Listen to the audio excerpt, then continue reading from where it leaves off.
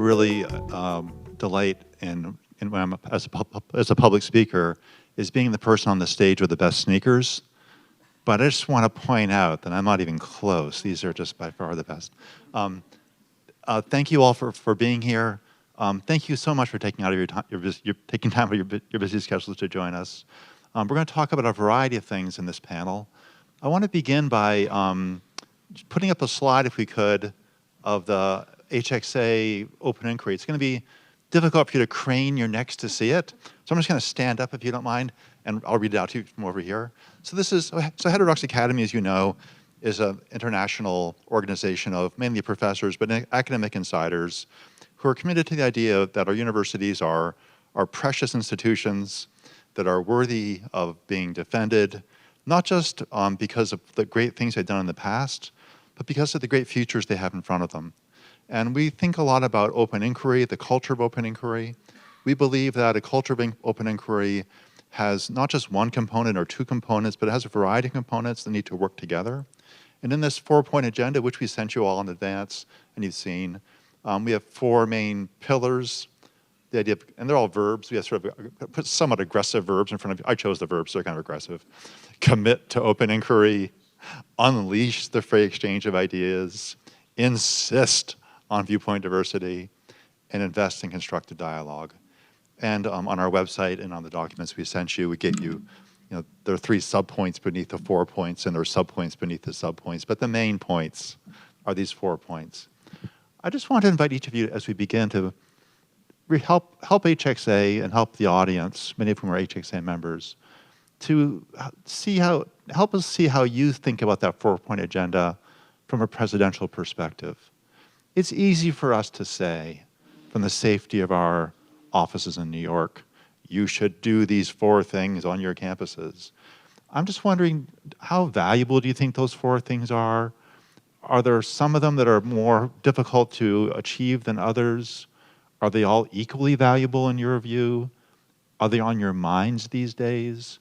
And I think I'll just start by, I'll go down, what order should I proceed? Do you want to just, would you mind beginning, Amy?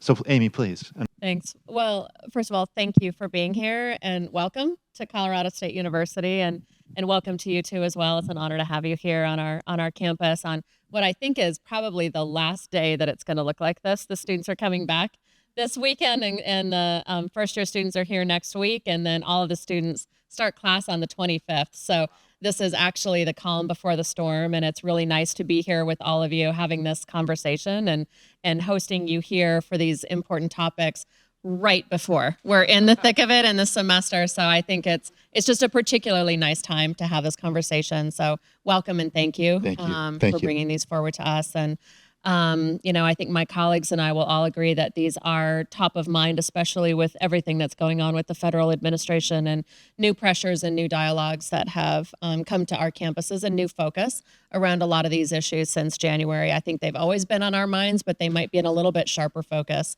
right now.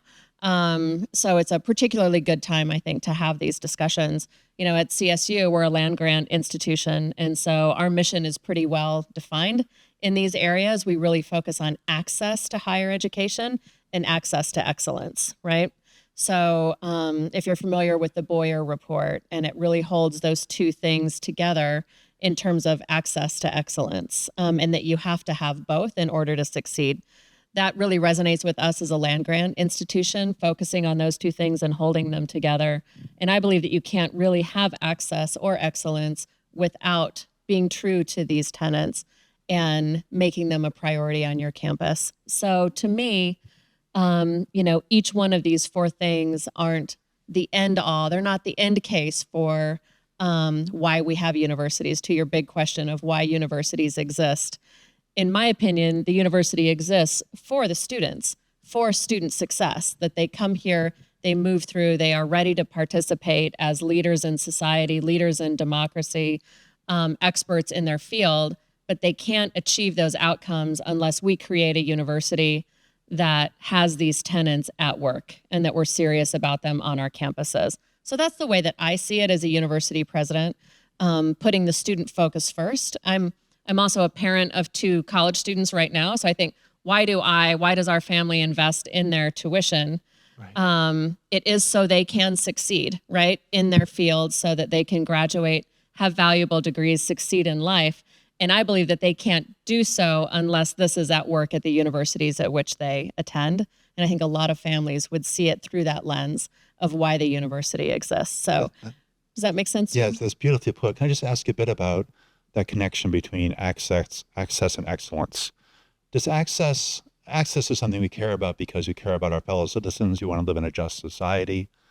Is there a knowledge-seeking benefit for access as well? Is access something that contributes to excellence? How do you see the relationship between access and excellence? Well, as a land-grant institution, what we were founded on was that sort of radical idea that anyone who had the ability and the drive to achieve a degree should have the opportunity to do so. And that was a revolutionary idea at the time, because before that, it was really only the children of the privileged who had access to a degree. So the Land Grant Act sort of turned that on its head and said, no, in this country, and it came at a time at the end of the Civil War where it was seen as a healing function for the country as well, right? That these are universities where everybody's going to have access to them. If you have the talent and the drive and the ability to achieve a degree, you'd have access to it. But it's not just access to anything, it's access to excellence, right? So if it's just access, gosh, somebody who knows the Boyer report better than I am will probably get it right. But it's access without excellence is an unfulfilled promise, right? That's right. And excellence without access, is that the way that it goes? Yeah. First part. Isn't really excellence, right? It's not really excellence if you don't have the access to it, because you're not creating that learning environment that has all learners, all perspectives, all types of people in that cauldron, that creates that learning environment and that focus on democracy and economic impact for the country, right? Not just the individuals. So that is where I think the knowledge component comes in. And I'll add to that, if I may, that we were talking last night about this historical progression for universities becoming more inclusive. And the East Coast universities, the elite universities, were often the slowest ones to become inclusive. I mentioned last night in my talk that the last Ivy League school to begin graduating women was only 1987. But Western universities, not just land-grant, but Western universities in general, for a whole variety of reasons, allowed much wider access to, for example, women than the Eastern older schools did. Jeremy, do you mind saying something about the four principles? I'll just share with the audience, if I may, that when I left my job at Brown to become HSA's president, one of the first people who called me was Jeremy Haefner from Denver to talk about these issues.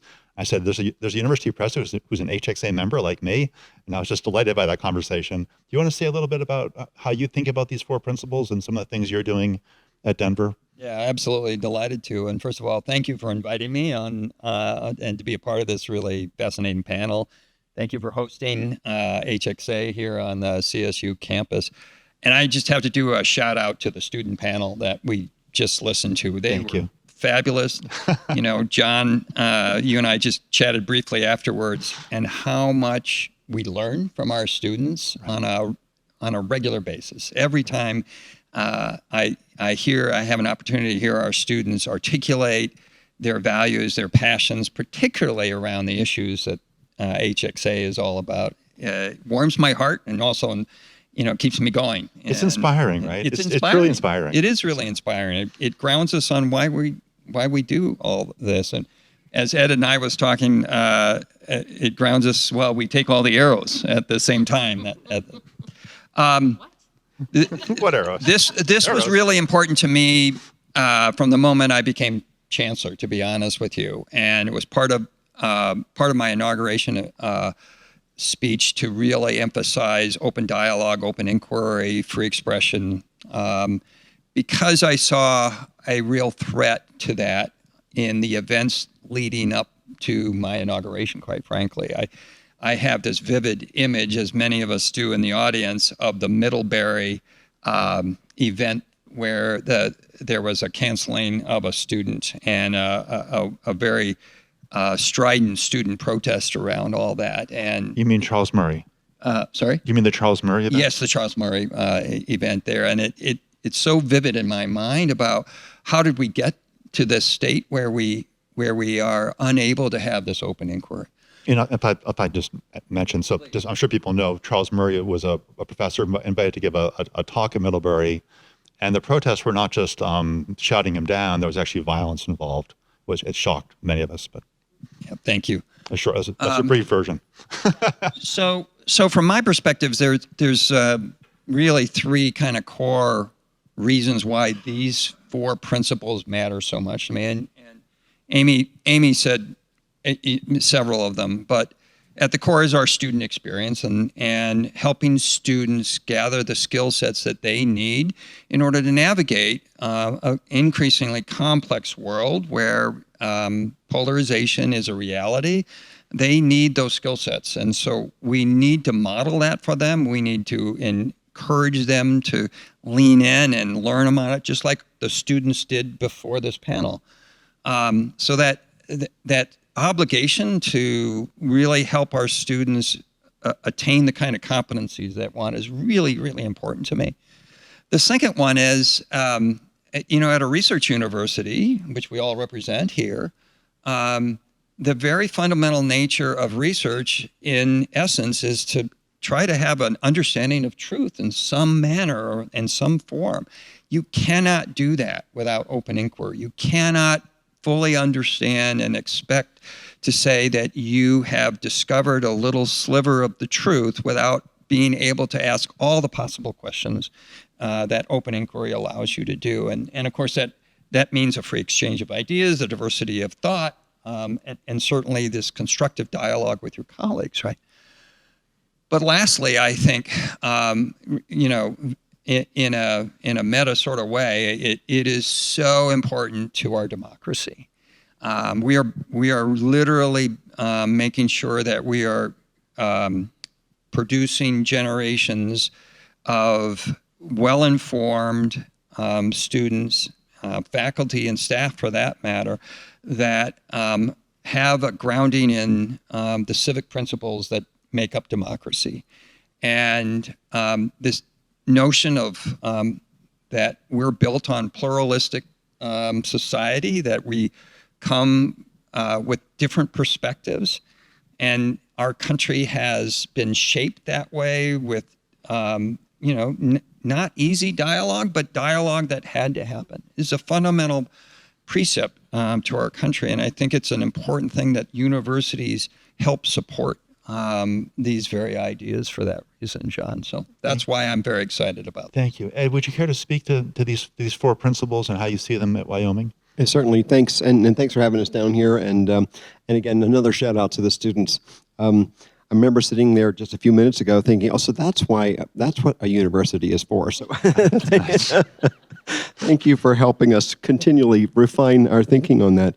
And that's partly in the spirit of these four principles, actually, listening and learning from each other and trying always to do somewhat better. And I came to this along the same lines as what you've just heard. I've kind of grown up being very proud of the United States Constitution, in particular the First Amendment, and I had lawyers in my family. I'm not a lawyer, but I have some in the family, and I've always thought a lot about these issues. And then I came to the university as president, and I really wanted to have a real exercise, look ourselves in the mirror. Are we really that place that really looks at all points of view and really finds a way to build the environment so our students can really take advantage of it? And I was particularly challenged about a couple years in by someone when I was standing up in an advisory committee meeting and was asked if I really believed in freedom of speech on campus. And it was quite provocatively said, and I knew that there was a kind of more to the question than just that. And so that led to a dialogue that had us bring together a statewide group of people to really look at this from many different points of view. There are some liberals, as you've even maybe heard in Wyoming, but liberal, conservative, not just those two dimensions, but many different points of view from groups from the legislature to just citizens across the state, and of course many different groups on our campus. And we formed a group. Thankfully, Martha McCoy, who's here, found that we were doing this and helped us tremendously, and that led to some principles that have these kind of ideas built into them. But also, I didn't want to only have a document on on a shelf. I wanted to see, how do we turn this into proactive things that we actually do, kind of to some of the questions you had. And I even have a list of some of the things we've actually taken on here. So in addition to the principles, we spent a couple of years looking at things like, what are our policies and our codes of conduct that we have at the university? And we looked at them and we realized we have some work to do. So although we believe in these principles, there are traces of things where we did not actually believe in those principles, at least in what was in our own documentation about policies that we have. We not only created the principles, but we adopted the institutional neutrality, which, of course, I think many people would agree to. Although I've seen some pretty interesting op-ed pieces, in particular out of Wesleyan University, where maybe that's not the best thing. So again, that's in the spirit. That's from Michael Roth, another HXA member. Yeah, exactly. So in the spirit of open dialogue, I really appreciated that. But we've also worked on things like on having job interviews, and not to talk about DEI statements. When we really looked at that, it became, in some cases, it was clear that there was an agenda behind. Maybe not always, but occasionally there was. We focused on building the actual operational activities around free exchange of ideas. And maybe to what we just heard, it's not just in the political area, but in the scientific area. We had quite a famous physicist from Princeton University, the Einstein Professor of Science at Princeton, a guy named Paul Steinhardt, who pioneered work in cosmology that's become the textbook model for how the universe started just after the Big Bang. He now no longer believes in the Big Bang nor his own earlier work, even though he's won major awards. And now he is challenging it and can't convince people that that he's now right. And so again, it's just like always open to questions about anything, including your own work. And I thought that for me, that was great, a lot of fun.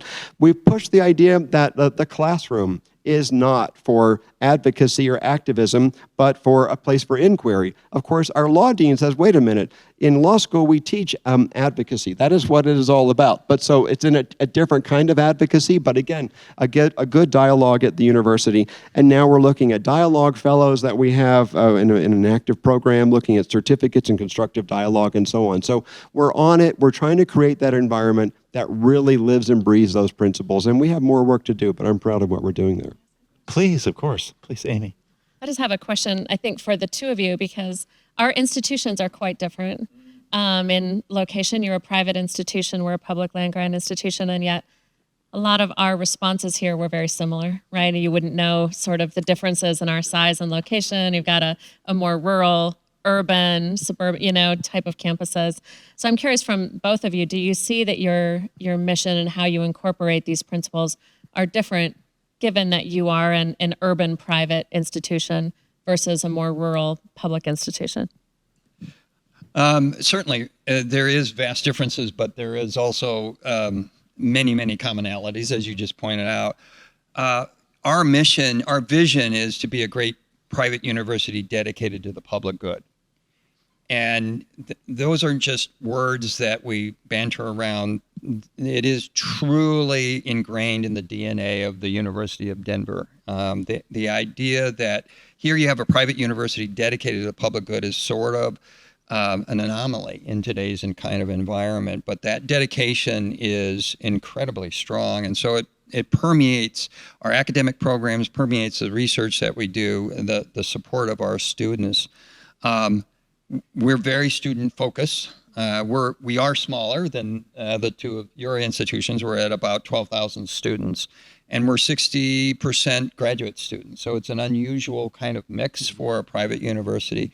But because of that dedication to students, the educational ethos that we have is driven by something that we call the four-dimensional experience. It's really amplifying their intellectual pursuits, encouraging their careers, lives of purpose, ensuring their well-being, and one that really matters to me, especially in this environment, is exploring character and helping them develop those kind of character leadership skills moving forward. So there is a lot of similarities and there's a lot of differences at the same time. Yeah, I'll pick up on that too. We, I would say, have very similar views about many aspects, but we have different student bodies probably because of who is attracted to our institutions. And so I have a great story, at least to me. I was in a town, if you know Wyoming, you may have heard of a town called 10 Sleep, and it's actually the name of a town, 2 words, 10 Sleep. I won't go into why it's called that, but and it's very, very small. So we went there with a bunch of our administration, and I like to brag that we had more vice presidents visiting the students than they had graduating seniors that year. And somebody introduced me as an astrophysicist, and somebody said, does anybody have questions for President Seidel? And there was a student in the very back who just raised her hand, just shot right up, said, I do. I want to study black holes, just like President Seidel. And it just like, it completely warms your heart. And it also makes you just so proud that there's talent in every little corner of every town across the world.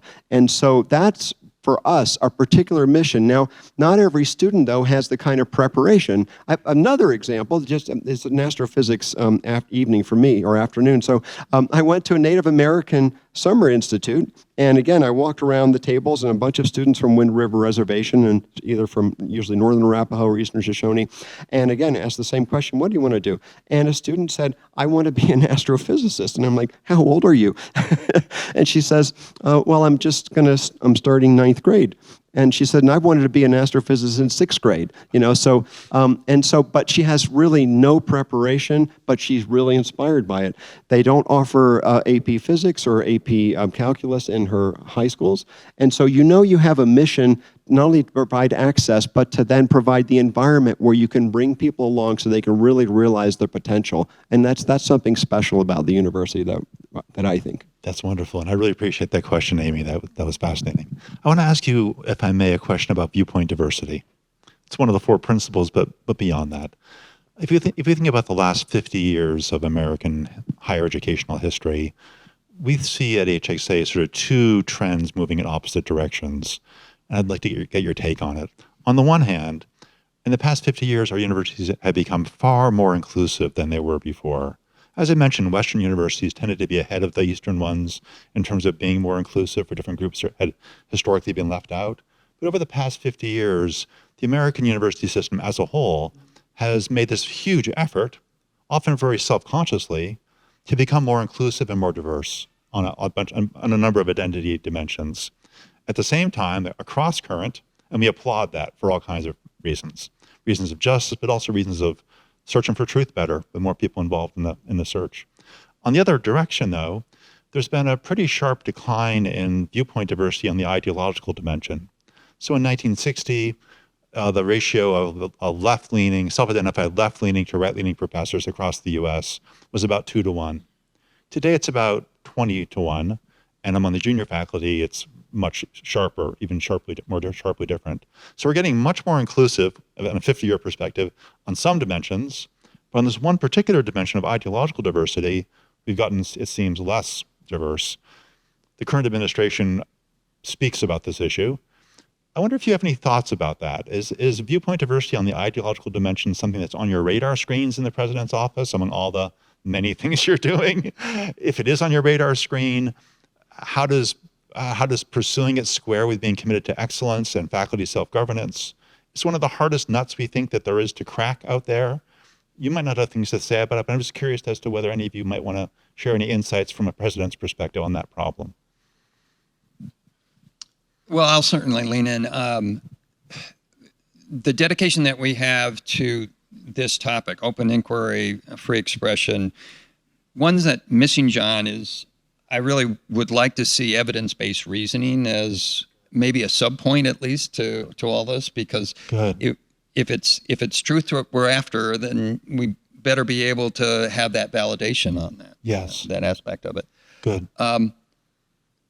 What I'd like to see is really a robust institution, the University of Denver, that really embraces these 4 principles and more, so that people who have different views already that are on our campus that may be not expressing themselves, maybe more in the silent majority, have an opportunity to say, the university is so dedicated to this, I know that they'll have my back if I have a different kind of perspective and viewpoint. That's my immediate hope. That's why we're we're emphasizing and growing an institute for free expression and pluralism to really say to our faculty, staff, and students that this is such an important part of what the University of Denver is all about, that I want to empower you to be able to express your viewpoints.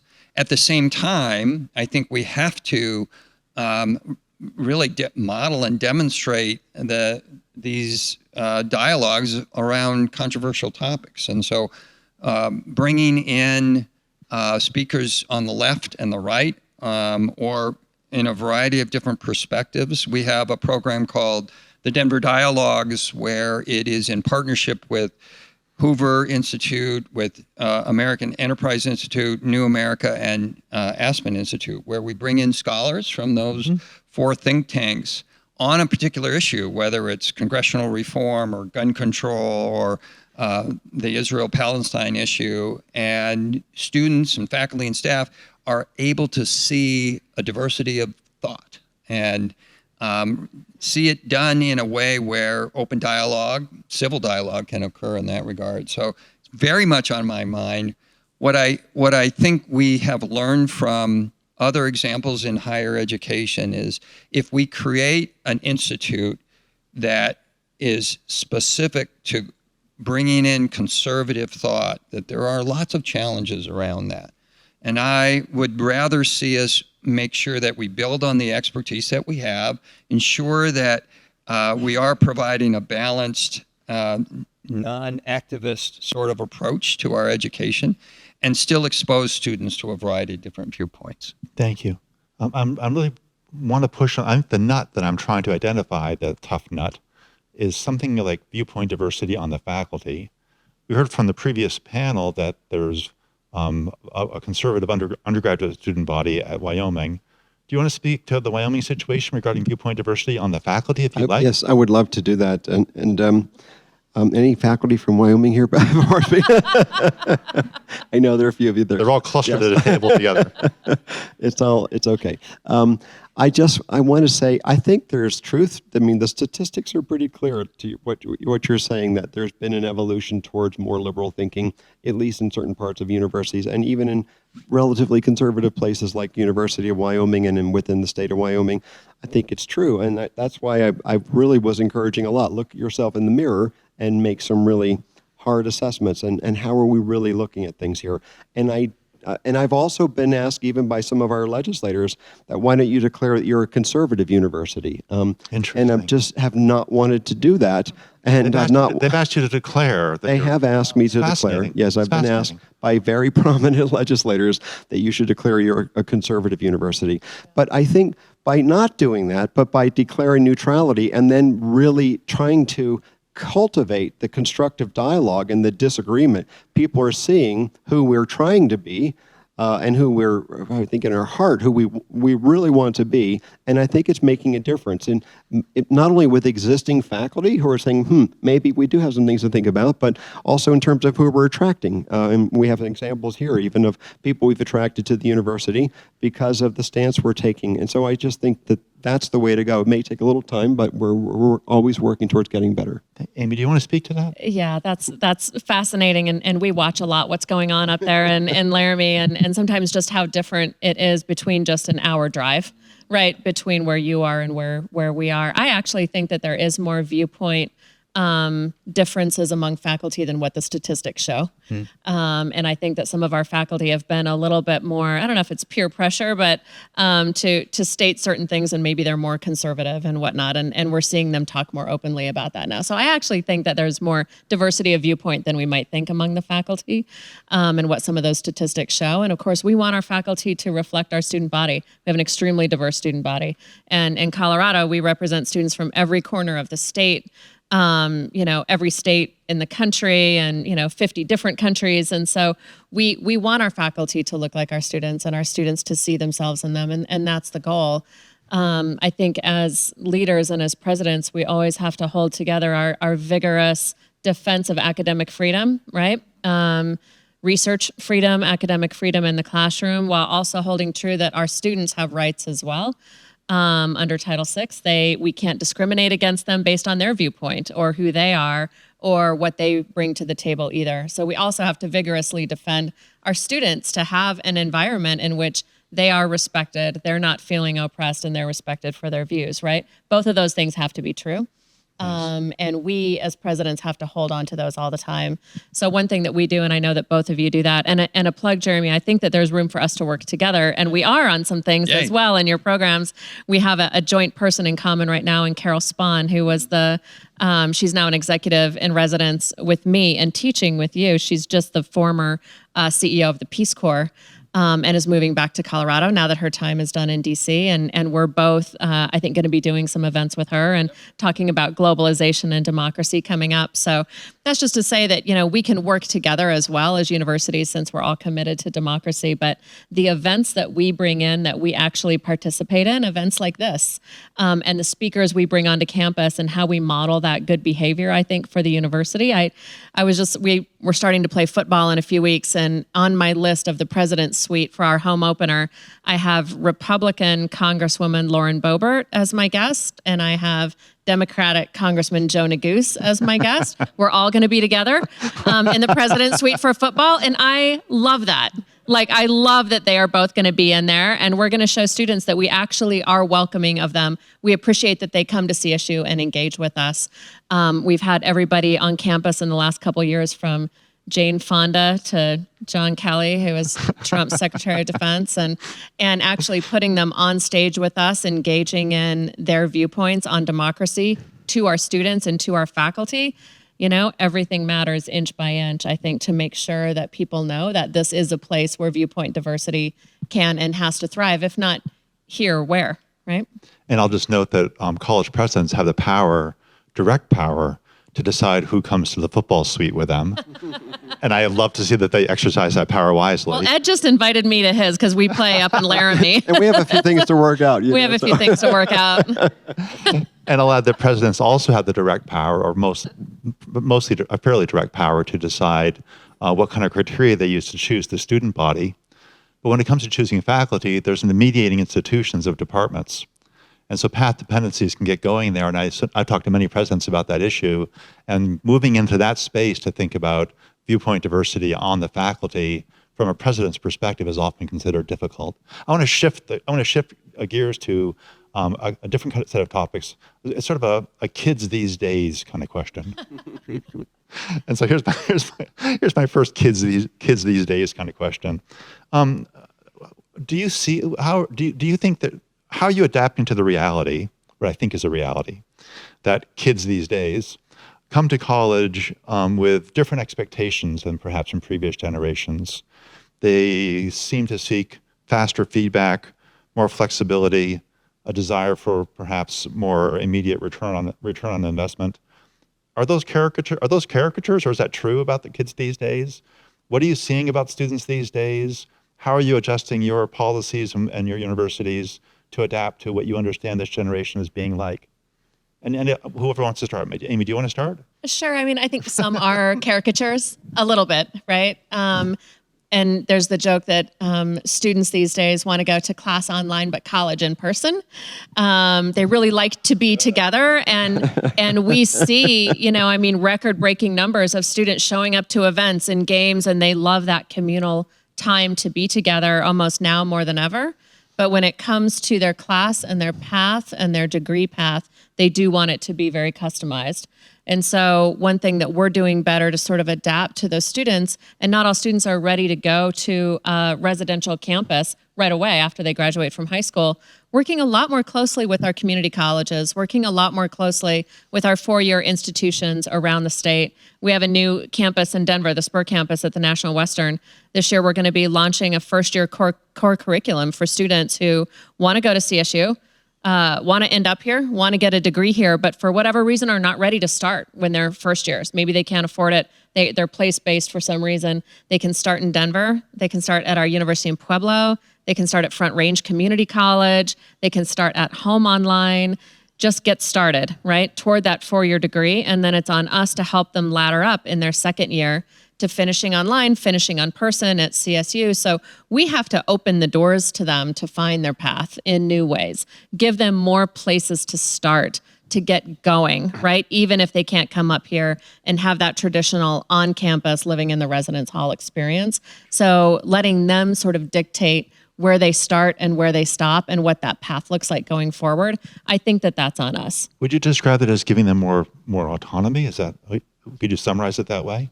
Some more autonomy, some more tools and more data and more information. And I think that AI is really going to be our friend in this, and that if we can build the AI tools properly for them, they'll be able to figure out a lot of things on their own. If they start toward a specific degree, they'll be able to use these AI tools to say, well, I want to fold in Spanish.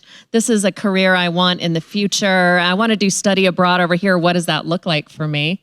And we're going to have the technology tools to really help them create that path. I think that's exciting. I'm a big fan of how AI is going to help create these new pathways for the students going forward. But then we have to be there with the curriculum and the flexibility, the transferability, all of these tools to help them get there. Thank you. Jeremy or Ed, do you want to speak? Yeah, so I think this is a great example of the difference between the University of Denver and perhaps CSU or Wyoming. We attract a student that really brings a value of finding their purpose in life, and I think one of the really gems of the University of Denver that it does is really helping students explore what that purpose is throughout their 4 years that they're here at the University of Denver. Our four-dimensional experience is built on the fact that students have tremendous learning experiences in the classroom, but certainly those outside the classroom. And what we really emphasize then is a high-touch mentoring system where students are asked to reflect on these experiences and what they take away from their learning in those four key dimensions. And I think that's a way of addressing the variety of different kind of students that are attracted to the University of Denver through that lens of purpose and the four-dimensional experience that we offer there. I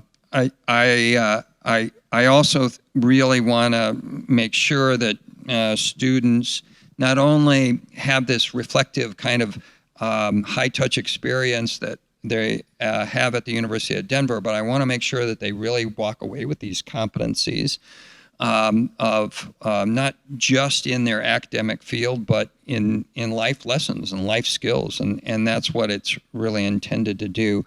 There will be, I think, opportunities for students to pair together a variety of different disciplines. We're on a quarter system, and that really does allow students to have multiple degrees. Every student graduates with at least 2 degrees, whether it's a major and a minor or double majors. It's surprising to me how many majors they can actually end up graduating with. And that, I think, gives them a wide variety of different ways of thinking that I think allows their success in that regard. I, too, am a big fan of AI. I empathize with faculty because of the challenges that it brings to their learning environment. It's not just how AI might help change how students write, but it's also changing how they read. And I think that's a serious shift for our faculty to really embrace and grapple with. And we have to really support our faculty through this major transition. Please. Yeah, I'd like to also add a little bit to that. So, in the spirit of listening and learning, there was a great comment made earlier, I think by Ven, on university should be helping us learn how to grow, something to that effect. And I really loved that. And it just reminded me, about 20 years ago, somebody asked me, what's the secret of your success? And it didn't even occur to me to talk about where I went to the university or what I studied. The first things that came to my mind were, I worked at 3 Pizza Huts, and I organized my 8th grade ski trip. And it was about those kind of additional skills, the real life skills that you need to be sure that you pick up. So with Pizza Hut, of course, you're pleasing your customers. You're trying to. You're hustling, and all of that. And so we need to figure out how to build those kind of things into the university curriculum, or at least in the experience. And I love the idea of embedding more and more experiential learning kinds of opportunities for our students. And it's one of my big themes at the University of Wyoming to try to build that in and figure out ways to do it so that it's not something that the faculty feel is an unfunded mandate, but it's something that we are able to support. Also, digital skills, I moved back on the AI piece, and just to recognize that the world is really changing very fast in so many dimensions, not technology, of course, but socially and so on. So we've got to make sure that the students have those skills to continue to grow, and they're going to include that experiential piece that's sort of outside the classroom, or maybe inside the classroom to some degree, and also the kind of digital skills, because the job market is going to be very different. I do like the idea of training students to help take advantage of the skills they've learned to build their careers. I'm less focused on a job, but much more on the career and then the broader life skills. Amy, did you want to speak to that? I really agree with you on the experiential learning and the real life skills. I would say, given the topic today, that our students graduating with the ability to work with people who have very different viewpoints from them, opposite political perspectives perhaps, that they understand how to have a civil dialogue on a thorny issue, to work through it, to create solutions, to create paths forward. I mean, that's a critical skill that's going to be needed for their success, especially given how polarized we are right now in this country. And that's something that I think that we as universities can uniquely build that skill while they're there. It's an undervalued skill, but it's a real skill that they need to succeed in life. And I think this is where it can happen. And that comment you just made leads to my next question directly. So I would ask you now another question about students, but not so much about them and their expectations, but about the world they're entering. And this generation of students, like every generation, is entering a world with a unique set of combination of challenges. Among the challenges that people point to for this generation are things like social fragmentation, of an extreme sort, as you were just mentioning, automation being a coming worry that many people have, climate upheaval, of course, is on people's minds as well. What role do you think universities might play in terms of preparing students, this generation of students, for the particular challenges they seem to be ready to face? Ed, do you want to take that question first? Sure. I think it's similar to things that we've just said, in the sense making sure that people are really prepared to look at any of these topics, and there will be all of them and more, and things we are not even talking about yet, but next year we might be. How are people able to do it? So for example, around climate, I think it's very important that people understand the science behind it, or at least to have the tools to interpret that there's real data there. And what does it mean? What do the data really mean, for example? So this comes back to digital literacy, and then being able to be given the tools to be able to look at those kind of things, and then to be able to assess what's the reality of the situation. That's just one example, but you can apply that almost everywhere. Automation is incredible. If you've ever seen, a couple years ago, I saw a beautiful example of a robot trained at Stanford to watch a chef in a kitchen, and then chef cooks an omelet, and then robot's got it. And it doesn't ever make a mistake. So this is already 2 years ago. So imagine where it's going to go. Souffles. Souffles, even better. Right. And so, but the point is, it is going to completely disrupt every single job market in a relatively short period of time. So kids entering high school now are going to graduate from university into a totally different world. And we have to make sure that we provide the kind of skill sets that those students are then going to be able to succeed in whatever job market they enter into, or whatever world that is. Do universities have a role to play in that? I'm thinking, for example, of computer science, which was one of the hottest fields, hottest undergraduate majors 5 years ago, and we're seeing some data now suggesting that people with that degree are having trouble finding a job. How does the university, or should a university, try to adapt to those kinds of changes? Well, I do have an instant answer to that, because I focus a lot on this exact topic.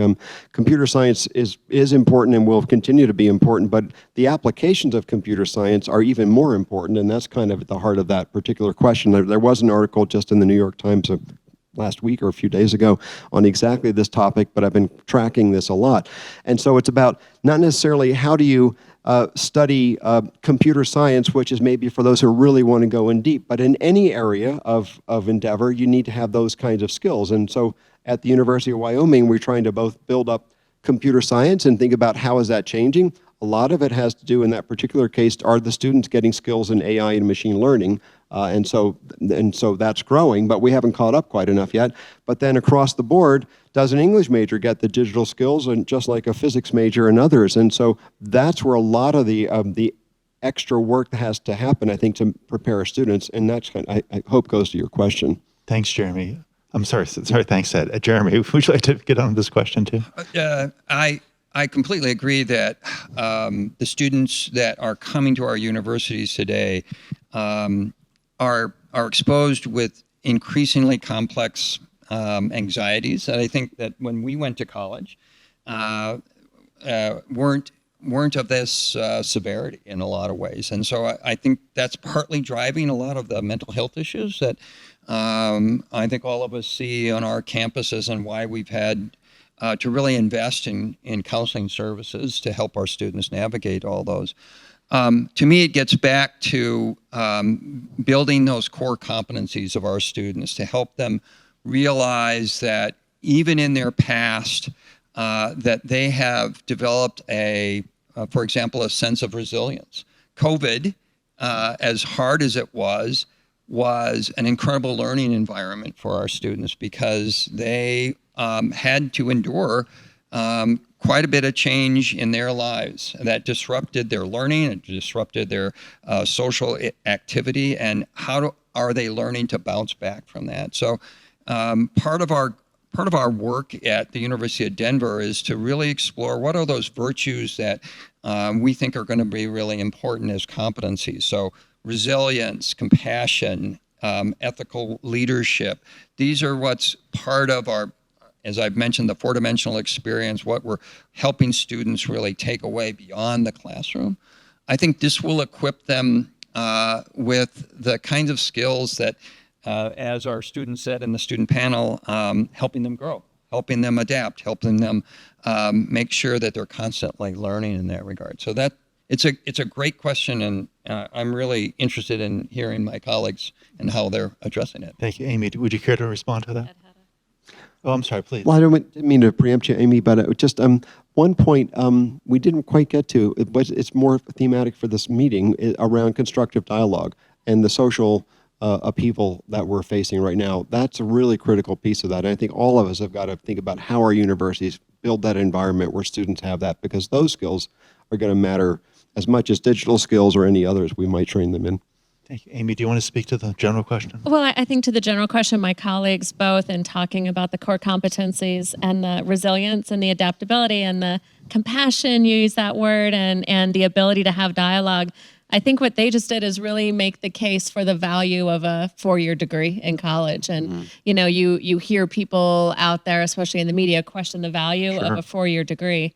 But if that's what they're getting in their four-year degree, in addition to the skills that they're learning in their particular discipline, that's tremendous value that you're really only going to get, in my opinion, with a four-year degree. And I think that the statistics show that still today, a four-year degree is the number one indicator of somebody's ability to have upward mobility in life.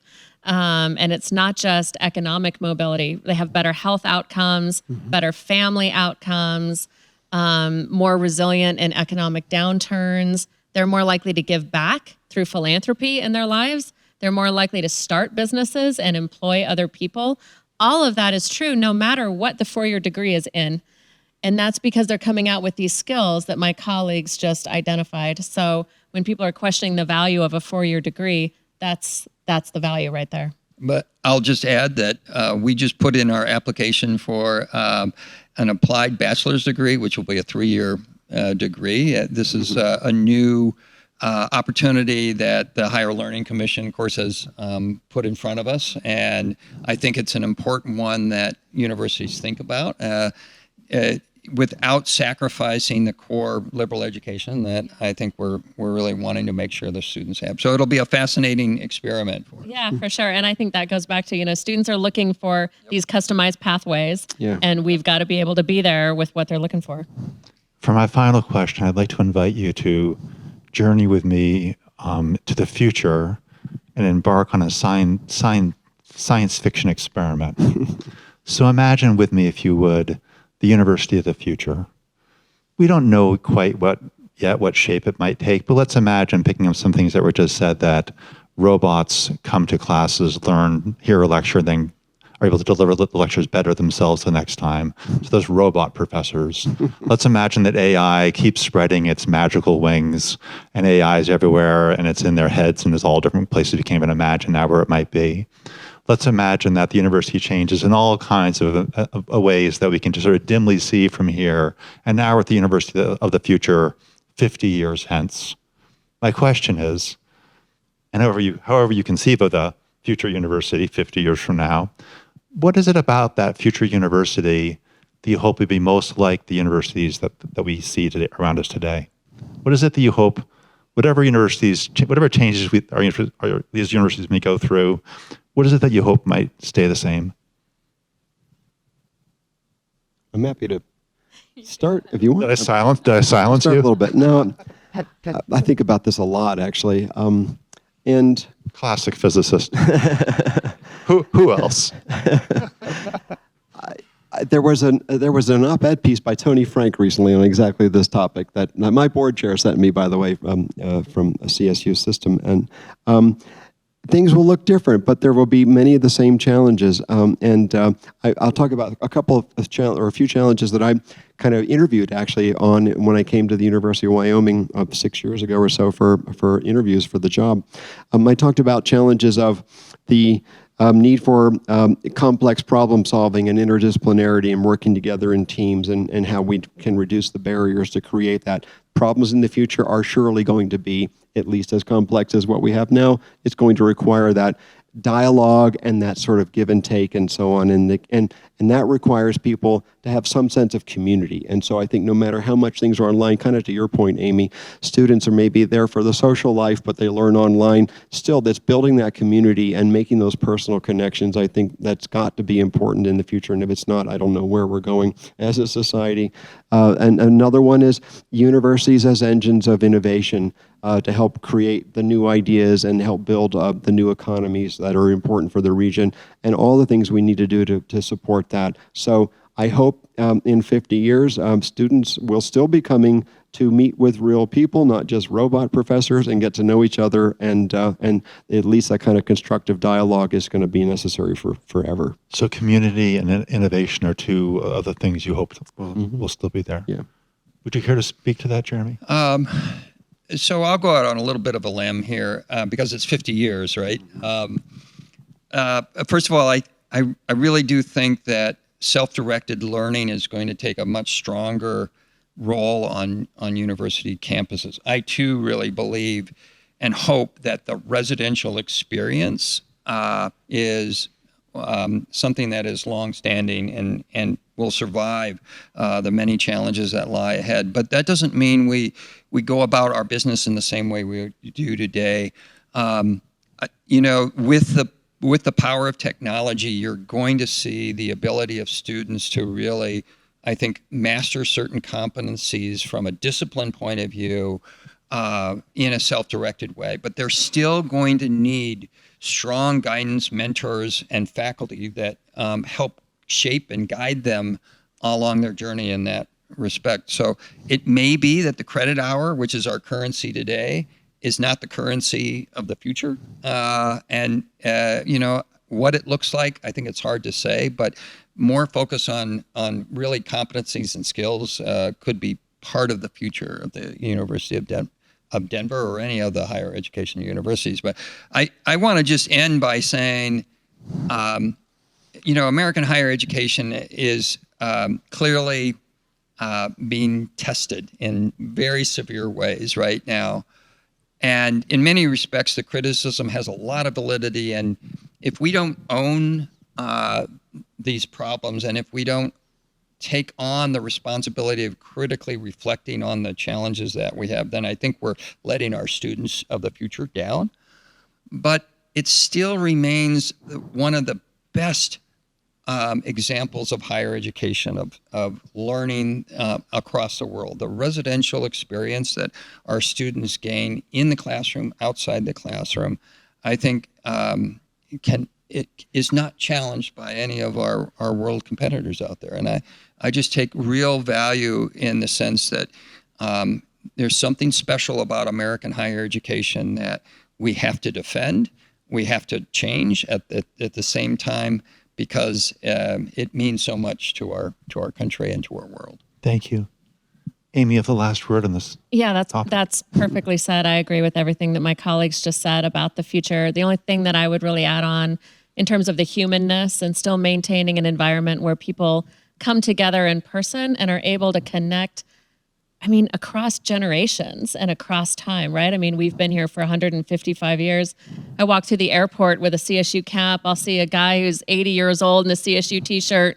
We see each other say, hey, go Rams, you make a friend. What else really does that, right? And to your point, these are really special places that have the ability to cut across all different types of people, all different ages, all different disciplines. There's not a lot of places that do that. We've got to protect that and save that. And I hope that, whoever is sitting in my seat and Ed's seat 50 years from now are still playing each other in the border war and still sniping at each other and going at it. Get ready. Yeah, but those traditions, those excuses for people to come together and be part of something, in addition to their individual learning journeys and everything that goes on and the research that we just talked about, that community, like Ed said, is extremely important.